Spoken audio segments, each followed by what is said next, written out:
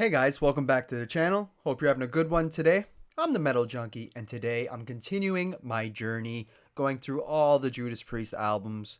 We've made it to their 10th record, Turbo from 1986, right in the middle of the 80s. Same lineup as before. They've been pretty consistent with their lineup at this point. And from what I hear, this is like a glam metal record, interesting enough. Coming off the heels of Defenders of the Faith, one of my favorite Priest records. So this is going to be interesting. We got 9 tracks. I do know Turbo Lover, the opening track, but I don't know any other songs on here. And yeah, I heard that this album was meant to be a double disc album, like a twin turbo or something like that. And one half was going to be more commercial, another half was going to be more aggressive. And apparently the aggressive side never happened with Turbo. So instead, they put half those tracks on the next album, Ram It Down, and the other half became bonus tracks for all the remasters. So that's the information I gathered anyway. Let me know if I messed something up there. But yeah, interesting enough, we're going to dive in. As I stated, I already know Turbo Lover, the first track. So we're going to move right along into the second track, Locked In. My quick thoughts on Turbo Lover. I think it's a good track. Took me a little while to warm up to. I know it because I remember the music video.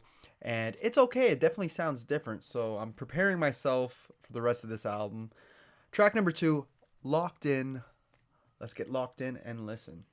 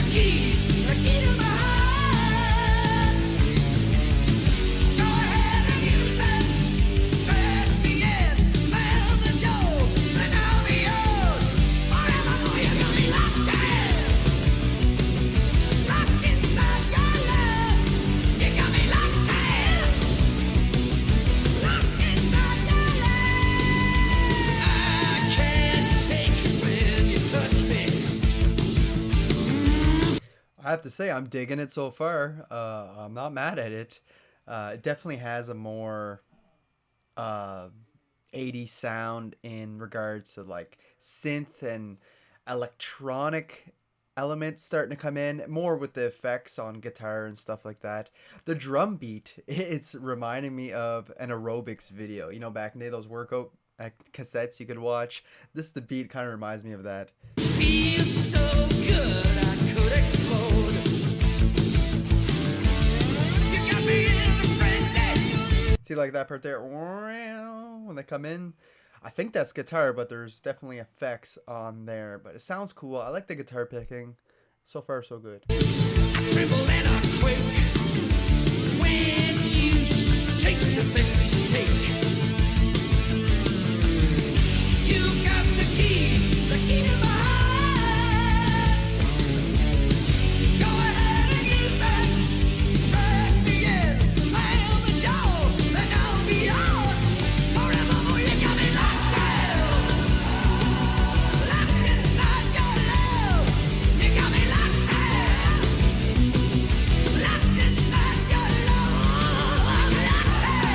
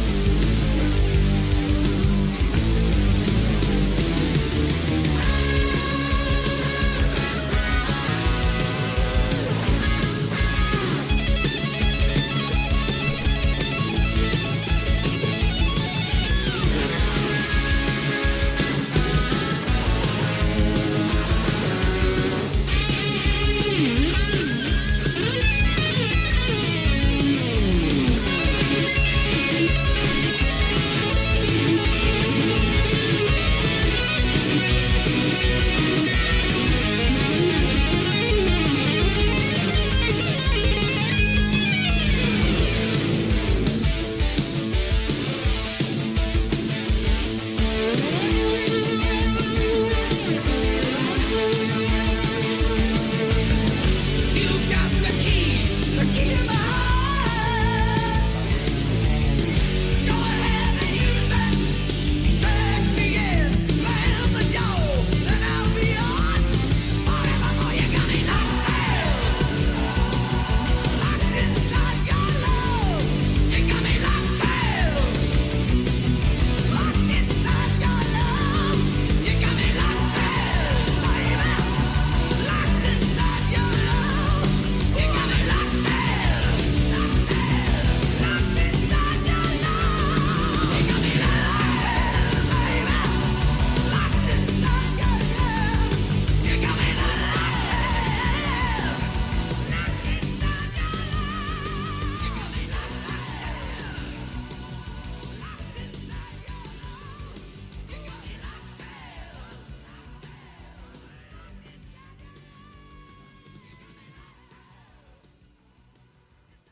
Very cool.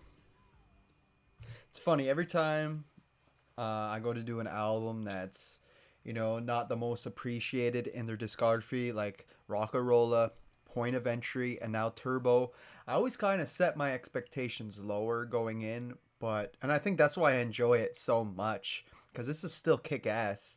Like, I was expecting average at best, but no. This one was fun. The weakest thing about this track is probably the lyrics. They weren't very deep or nothing, but whatever. It's just like a song about love or whatever. But the guitars were great. I especially love the picking on the pre-chorus before we go into that super catchy chorus. The solo was off the chain. They definitely did not give us a shortage of shredding. It's all still there. Really cool section going into that solo too. They changed up the riff a little bit. It was a little bit of a heavier vibe in there. Very cool. And they got me locked in to this album right now. I'm locked in. So yeah, I really enjoyed this one. I thought it was better than what I was expecting. So that was track number 2. Track number 3 is Private Property. I had a hard time to say that. Private Property. Let's check it out.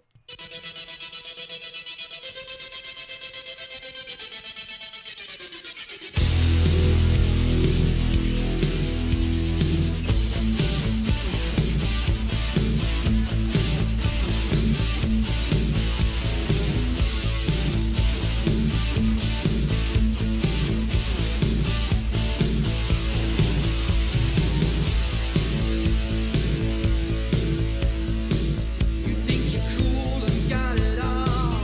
You think you run the scene. I don't believe how you can see that you're good enough for me. You think you got it all sewn up, but I'll cut you right down to size. The way I figure you don't exist, so you better realize. Don't you touch, don't get near, don't take me for a fool. Make no mistake, no give and take. I'm too good for you, so keep your hands off private property. Hands off, whoa. Keep your hands off private property. Hands off me. Hands off. Keep your hands off me. Okay, the way the song opened up was exactly what I was talking about. Like, they're using all the synth pedals, phasers, stuff like that on their guitar to give it a cool, almost digital sound, for the 80s. Private Property, not sure what I think about this one yet. The guitars are still cool. That's the biggest thing for me. As long as they're still coming up with cool guitar riffs, I'm still going to be listening to them. And they still are, even though they definitely tweaked their sound over the years and all throughout their career, really.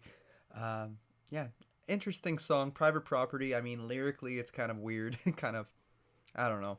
But at the same time, I did read that Rob Halford was really deep in substance abuse at this time of his career, and he doesn't think he wrote the best of lyrics. I think I've seen that on their wiki page for this, and that makes sense. I mean, I can kind of tell already with just a couple songs in.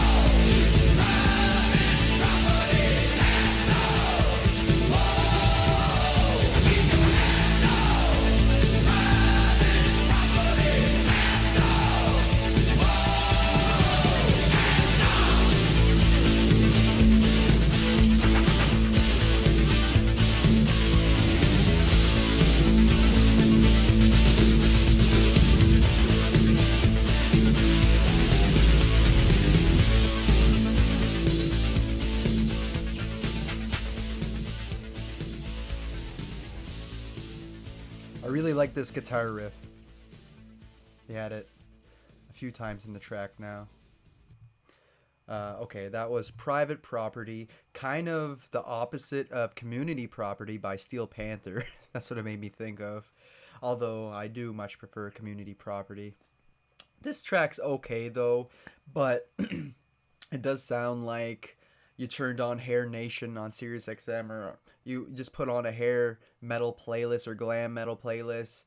This is what basically the playlist is going to sound like. It doesn't really stand out among the other 80s bands like this at the time in this style, especially compared to Locked In. I thought that they did a much better job in that song, but this song was still okay. Chorus was kind of getting catchy near the end, even though lyrically it wasn't doing much for me. An okay track. Up next is track number 4. It's called Parental Guidance, so let's check that one out.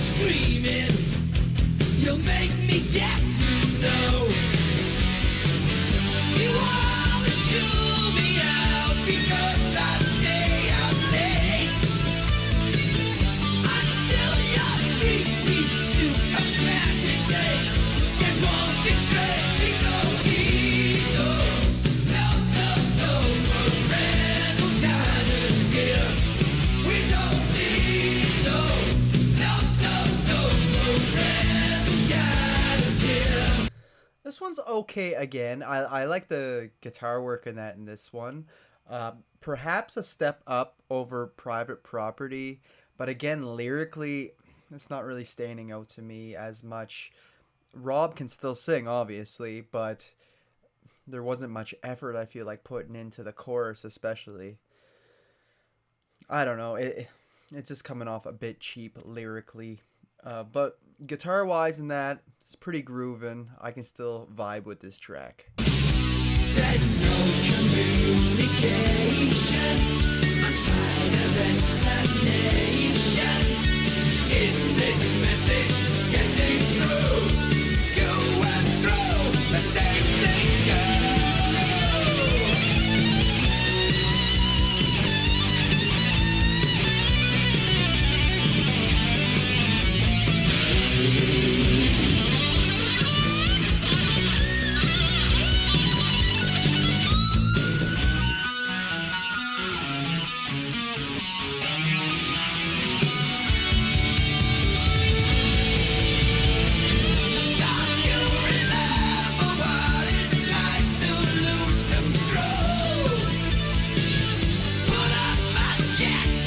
See, I like this part. I like his vocal delivery here and everything. It sounds great, but it's just that chorus that kind of, I don't know, it just doesn't quite work for me. Guitars are phenomenal, bass, drums, all that. Well, the drums, I feel like has been staying very consistent this album, but at the same time, it's not really, how do I say this? They're not, like, almost too consistent. They're not being diverse enough. It's like pretty basic patterns compared to before, I feel. But yeah, just my thoughts. Before you get too old, let's rock and roll. We don't need no parental guidance here. We don't need no parental